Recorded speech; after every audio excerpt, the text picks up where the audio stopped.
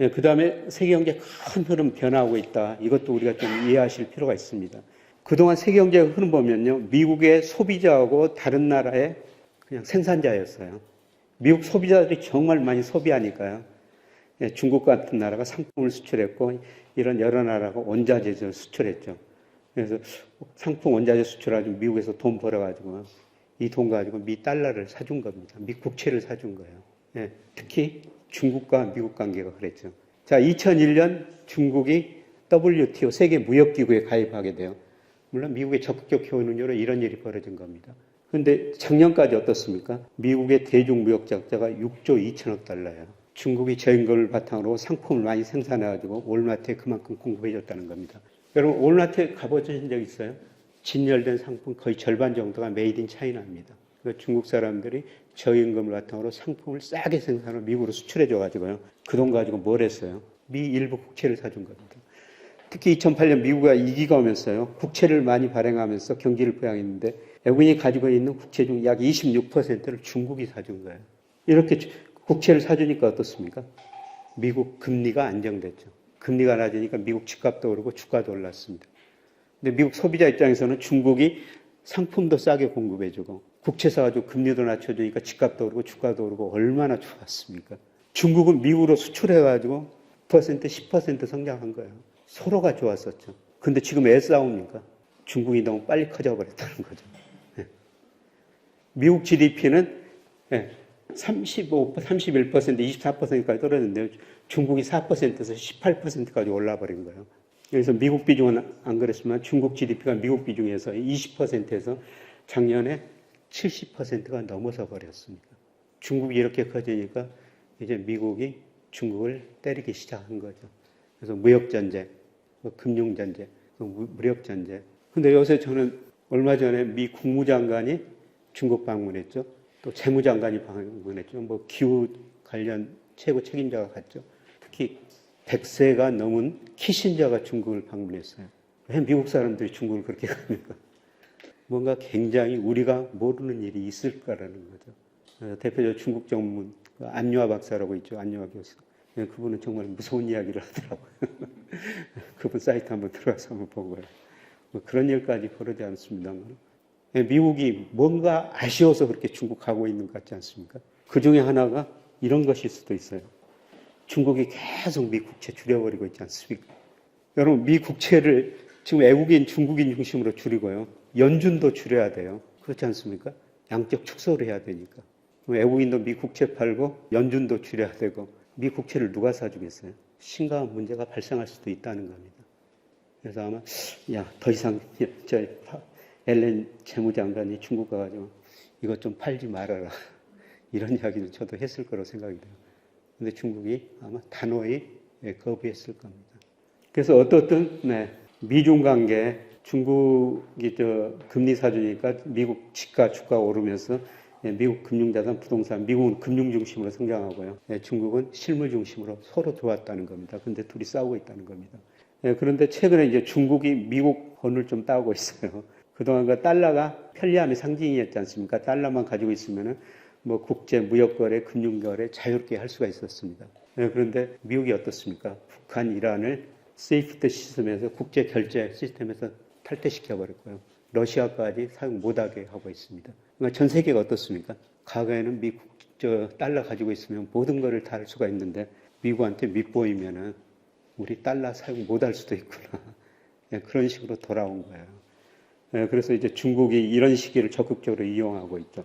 여러분 얼마 전에 브라질 이름도 길지만은 브라질 대통령이 중국을 방문했어요. 방문하면서 무슨 이야기를 했습니까? 왜 우리가 국제 무역거래에서 달러만 사용해야 되는지 밤새 생각해봐도 답이 없더라. 우리가 이하나도 사용할 수 있고 헤아라도 사용할 수 있지 않느냐. 그런 식으로 이야기를 했죠. 그래서 앞으로 중국하고 브라질 교역에서는 어떻습니까? 달러 사용하지 않을 거라는 겁니다.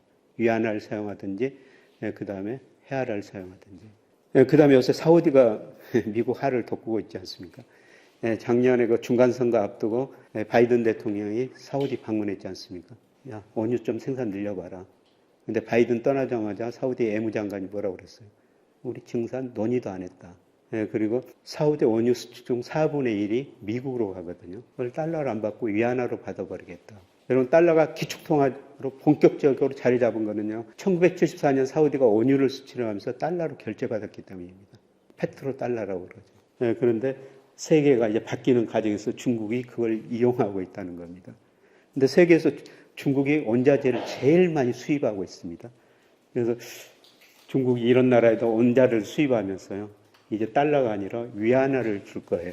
예, 그러면 이런 나라도 위안화 받아가지고 써야 되지 않습니까? 중국에다 써야 되지 않습니까? 그러려면 중국의 금융시장이 개방돼야 돼요. 예, 그런데 아직 여건이 안 갖춰져 있기 때문에 중국은 조금 조심해서 조심스럽게 접근하고 있습니다. 근데 결국은 중국이 개방할 수밖에 없을 거라는 겁니다. 아까 블룸버그 컨센서스 보니까 장기적으로 달러 지수 하락한다 이런 말씀을 드렸는데요. 그동안 이거는 선진국 통화에서 달러 지수인데요. 85년 9월 플라자를 통해 가지고 아까 말씀드렸으면 달러 가치가 51% 떨어졌죠. 그리고 95년부터 2000년까지 달러 가치가 정말 많이 올랐었어요. 이때 미국에서 정보통신혁명이 있었죠. 모든 산업에서 생산성이 증가해버린 거예요. 생산성이 증가하니까 같은 물건을 더 싸게 많이 생산할 수가 있었었죠. 그래서 미국 경제가 고성장 저물가를 동시에 달성합니다. 이런 걸 신경제 골디락스 이코노미라고 그랬죠. 이런 신경제를 믿고 나스닥 시장에서 엄청난 거품이 발생했는데요. 그런데 나스닥 시장 거품이 붕괴되면서 미국 GDP가 세계에서 차지하는 비중이 31%에서 21%까지 줄어들어 버리는 거예요. 그러면서 달러 가치가 40%나 떨어지죠. 작년에 달러 가치가 많이 올랐어요. 킹 달러 이야기까지 나왔죠. 달러 가치가 이렇게 많이 오르는 이유는 뭐죠? 작년에 미국이 세계에서 제일 많이 금리를 올린 겁니다. 돈이라는 게 눈이 있어가지고 수익률 높은 데로 이동한다는 거죠. 그리고 러시아 우크라이나 전쟁 때문에 안전자산 선호 현상도 나타났어요. 그런데 한때 114까지 갔던 달러 지수가 최근에 100 안팎까지 떨어졌지 않습니까? 저는 3차 하락 추세가 이제 시작됐다. 최소한 앞으로도 20% 이상 떨어질 것이다. 자, IMF도 2028년까지 세계 경제 전망을 하면서요, 세계 경제에서 미국 GDP 비중 2028년까지 축소라는 겁니다. 무슨 의미예요? 앞으로 5년 동안 달러 가치가 하락할 거라는 겁니다. 정도의 차이죠. 그 다음에 미국의 대순부채가 한 17조 달러 되는데요. 미국이 이렇게 부채가 많은데도 어떻게 견딥니까? 여러분, 작년에 바이든 대통령이 우리나라 가지고 어디 먼저 갔어요? 삼성전자 갔습니다. 나갈 때 현대차 갔어요. 미국 가서도 SK하고 통화했지 않습니까? 바이든이 왜 우리 기업인들하고 그렇게 접촉합니까? 투자 좀 해달라는 겁니다. 그리고 우리나라 사람들이요, 61%를 미국 주식 금융자산 중에서 미국 주식 채권 사고 있어요. 특히 국민연금이 미국 주식 그렇게 많이 사고 있지 않습니까? 우리 젊은 분들도 미국 주식 많이 하시죠? 그런 돈이 들어가지고 미국 17조 달러 부채가 견딜 수가 있는 거예요. 근데 여러분이 미국 주식을 좀 줄이거나 미국 투자, 우리 기업들이 직접 투자를 덜 하면요, 저 부채 견딜 수가 없습니다. 여러분, 2011년 8월에요. 미국의 연방정부 부채 늘어난다, 대부채 늘어난다. 그래가지고 S&P라는 신용평가회사가 미국 국가 신용등급을 한 단계 떨어뜨렸죠. 그때 글로벌 금융시장 얼마나 큰 충격이 있었습니까? 미국의 문제였는데 우리나라까지 큰 충격을 줬어요. 그때 단기간에 우리 코스피가 20%가량 떨어져 버립니다. 제가 아는 어떤 분은 파생 상품에 500억을 투자했는데요. 반대로 투자해가지고 그 돈 다 잃어버린 적이 있어요. 미국의 문제지만 우리한테도 그렇게 충격을 줄 수가 있다는 겁니다. 그런데 피치라는 신용평가회사가요, 최근에 미국 국가 신용등급을 부정적 관찰 대상으로 넣어놨죠.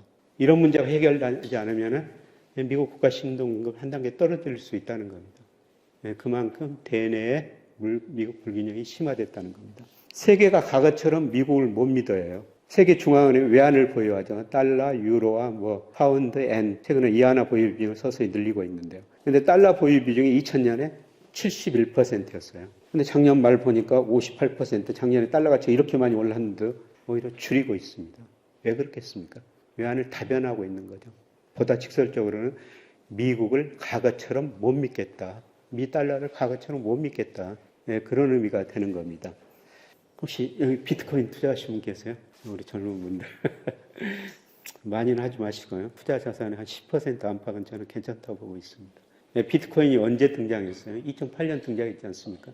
제가 생각하기에는 2008년 미국에서 금융위기 같지 않습니까? 미국 경제를, 미국 달러를 과거처럼 못 믿겠다. 그래서 저는 비트코인이 등장한 거라고 보고 있어요. 제가 코인 가격을 분석해 보니까 코인 가격에 영향을 주는 가장 중요한 요소가 미 달러고요. 미 국채 수익률이에요. 달러 가치가 하락하거나 국채 수익률이 떨어지면 코인 가격 올라갑니다.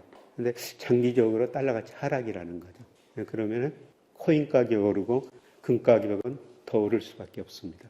특히 중국이 아까 미 국채 줄이고 있다는데요. 그 돈 가지고 뭘 하고 있습니까? 계속 금을 사고 있어요. 근데 중국의 애암 소유국 중에서 금 비중이 4% 정도밖에 안 됩니다. 독일 같은 데는 70% 이상 금을 가지고 있어요. 물론 그 나라 한계에 따라 다르지만 앞으로 중국이 계속 미 국채 팔고 금을 사게 될 겁니다. 달러 가치가 하락하고 내년 미국 경제가 올해보다 더 나빠진다는 거죠. 그러면 미국 금리 떨어질 수밖에 없죠. 달러 가치 하락하고 금리 떨어지면요, 비트코인이나 금 가격 오른다는 겁니다. 그래서 여러분이 달러만 투자하지 마시고 달러 투자하는 것보다는 금이나 코인 이런 투자 비중을 조금 늘려도 된다는 겁니다. 문제는 우리나라 환율인데요. 세계 경제가 불안하면은 달러 가치가 오르면은 우리나라 돈 가치가 제일 많이 떨어져 버려요. 왜 그렇겠죠? 우리가 수출 의존도가 높은 나라니까. 우리 GDP에서 수출이 차지하는 비중이 45%나 됩니다. 세계 경제 나쁘면 한국 경제가 제일 어려워질 것이다. 그래서 우리 돈 가치가 제대로 제일 많이 떨어져 버려요. 근데 세계 경제 안정되거나 달러 가치가 떨어지면 우리 환율이 제자리에 돌아옵니다. 최근에도 우리 환율이 이거 많이 올랐죠. 여기서 조금 더 오를 수는 있습니다만은. 그런데 환율 결정 요인 보니까요. 미 달러 지수, 이한 달러, 미 실질 경상주 이런 것이에요. 그런데 달러 가치가 떨어지면 원화 가치는 상대적으로 오를 수밖에 없습니다. 우리 환율은 미 달러로 표시되니까. 앞으로 5년 IMF 전망치 보면서 미국 경제가 세계 GDP 축소다. 앞으로 5년 달러 가치 하락한다. 그러면 원화 가치는 상대적으로 올라갈 수밖에 없습니다. 저는 1, 2년 내에 1150원 그 수준까지는 물론 가리라고 보고 있습니다. 그리고 요새 여러분이 신문 보면요. 미국 금리하고 우리 금리하고 지금 차이가 얼마죠? 2%포인트 차이 나죠. 그래서 금리 차가 이렇게 많이 나니까 우리 돈이 미국으로 다 빠져나가고 애한시장 굉장히 불안해질 것이다. 뭐 이런 신문 기사들도 여러분 많이 보셨죠. 제가 어디 강의 나오면 이런 질문을 굉장히 많이 받거든요. 근데 여러분 한번 생각해 보세요. 미국하고 우리나라하고 금리 차가 계속 커졌는데도요. 올 상반기 6월까지 보니까 우리나라 채권 시장에 외국인 자금이 13조 3천억이나 들어왔어요. 오히려 들어왔습니다. 주시장보다는 채권 시장으로 돈이 더 많이 들어왔어요. 이론적으로는 빠져나가야 되죠. 오히려 들어왔다는 겁니다. 이거는 시장 성격이 달라요. 주식은 우리 상장 주식의 27%를 외국인이 가지고 있고요. 40% 정도를 미국계 자금이 가지고 있어요. 근데 채권은 10%밖에 외국인이 안 가지고 있습니다. 그 10% 중에서도 아시아계 자금이 지난 6월 기준으로 47%, 유럽계 자금이 30%예요. 거의 80%를 우리 채권은 아시아계 자금, 유럽계 자금이 가지고 있다는 겁니다. 우리 일본 금리보다 훨씬 높습니다. 독일 금리보다 훨씬 높습니다. 홍콩, 싱가포르 금리보다 우리 금리가 더 높아요. 그런 아시아, 유럽 자금은 빠져나갈 이유가 없다는 겁니다. 그래서 지난번에 한국은행 총재도 금통이 끝나고 기자들하고 질문 시간 갖지 않습니까? 기자들은 계속 그 금리 차이가 이렇게 확대되는데 돈 빠져나갈 것이 아니냐. 한국은행 총재가 속으로 좀 짜증을 내더라고요. 지난번에도 말씀드렸는데 왜 지금도 또 질문합니까? 그런 내용인데요. 환율을 결정하는 게 금리는 일부입니다. 다른 요인도 고려해야 됩니다. 다른 요인들이 이런 거거든요. 그리고 여러분이 금리 차 할 때요. 기준금리 가지고 생각하시면 안 돼요. 국채 수익률 가지고 따져야 됩니다. 우리가 투자할 때 미 기준금리를 살 수도 없어요. 미 국채 사는 거죠. 미국 사람도 우리 국채 사고. 그런데 그거 차이는 별로 안 나요. 미국은 지금 4%, 우리 한 3.7% 되지 않습니까? 더 중요한 거는 제가 환율에 영향을 주는 게 실질금리인데요. 그런데 우리 물가가 미국 물가보다 더 낮죠. 우리 실질금리가 지금 미국보다 높다는 겁니다. 이런 걸 고려하면 기준금리 차 때문에 환율에 영향을 주는 건 아니다. 일부다. 이렇게 볼 수가 있습니다.